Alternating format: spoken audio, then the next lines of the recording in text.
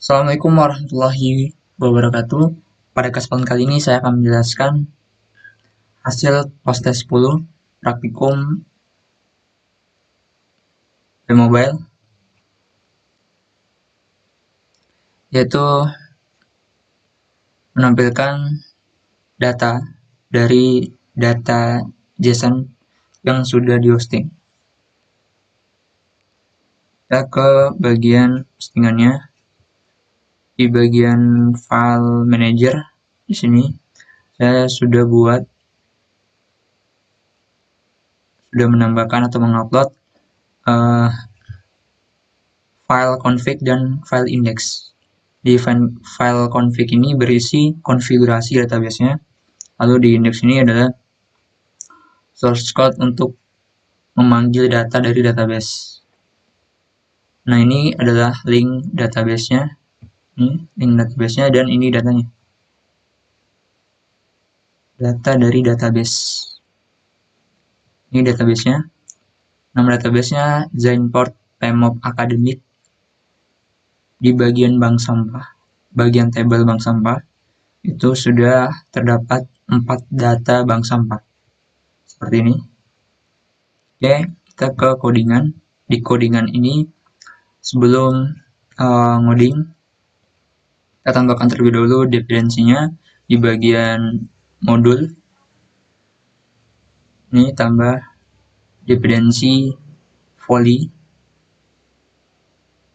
Lalu di manifest juga ditambahkan script user permission untuk mengecek apakah sudah tersambung dengan internet atau enggak.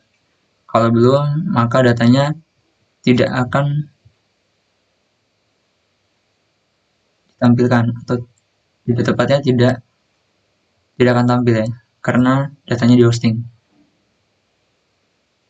yang memerlukan internet. Oke, di bagian activity list data, di sini ada text view dan button. Text view ini nanti digunakan untuk isi data dari data JSON. Lalu button ini nanti digunakan untuk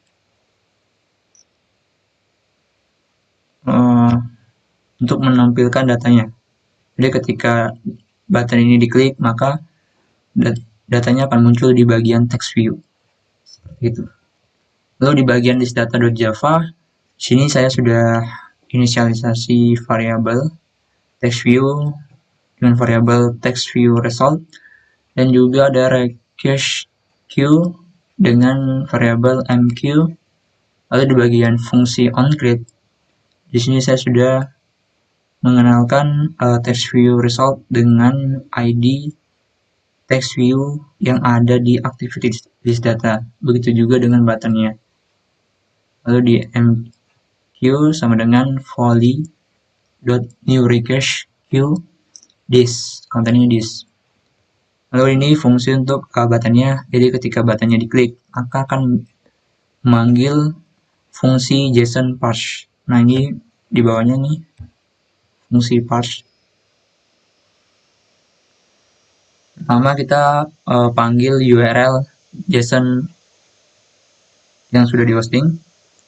Ini memasukkan ke dalam variabel URL. Setelah itu kita buat class JSON object request dengan variabel request, yang dimana dalamnya ini panggilnya dengan metode get, lalu URL-nya, lalu JSON request-nya null. Setelah itu ini bagian responnya atau JSON object response.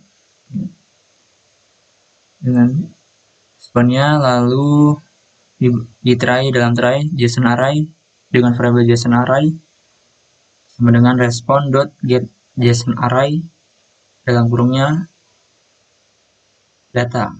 Data ini diambil dari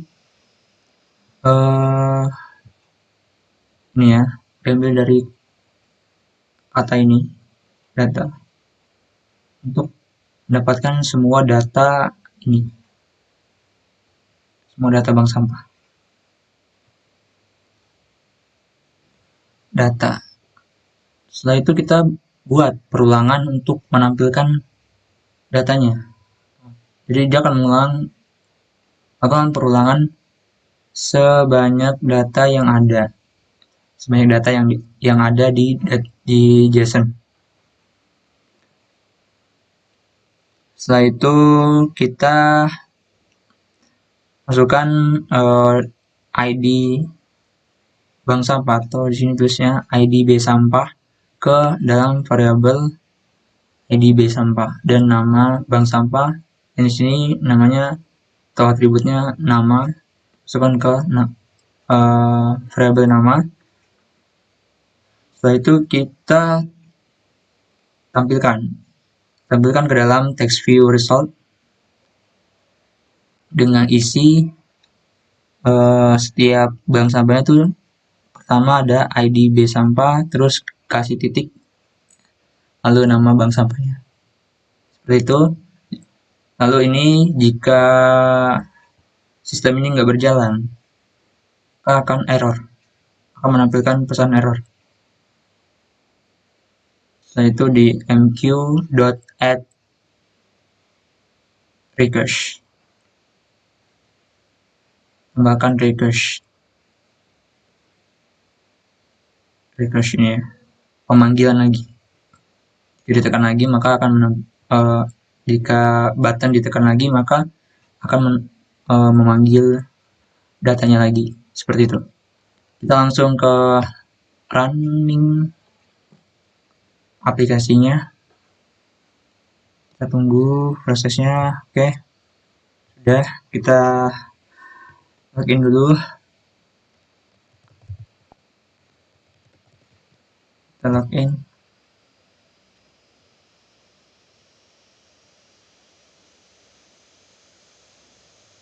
Oke, masuk ke bagian bank sampah. Nah, lalu kita parse di sini. Nah, maka akan tampil data dari JSON. Oke. Kita coba samakan dengan data JSON-nya. Nah, kita coba tampilkan. Sudah sesuai ya. ID sampahnya 1, ini 1. Lalu namanya B sampah mandiri. Oke. Dan buka, kita tidak tampilkan ya. Jadi kalau kita panggil juga nama apa nih jam bukanya, maka kan juga akan tampil di sini. Jadi kita coba juga samakan dengan database-nya. Apakah udah sama atau belum? Database-nya juga sama. Nomor 1 Bank Sampah Mandiri, nomor 2 Bank Sampah Jaya, nomor 3 Bank Sampah Sunten, dan nomor 4 Bank Sampah Apel. Oke. Mungkin itu saja yang bisa saya sampaikan. Kurang lebihnya mohon dimaafkan. Wassalamualaikum warahmatullahi wabarakatuh.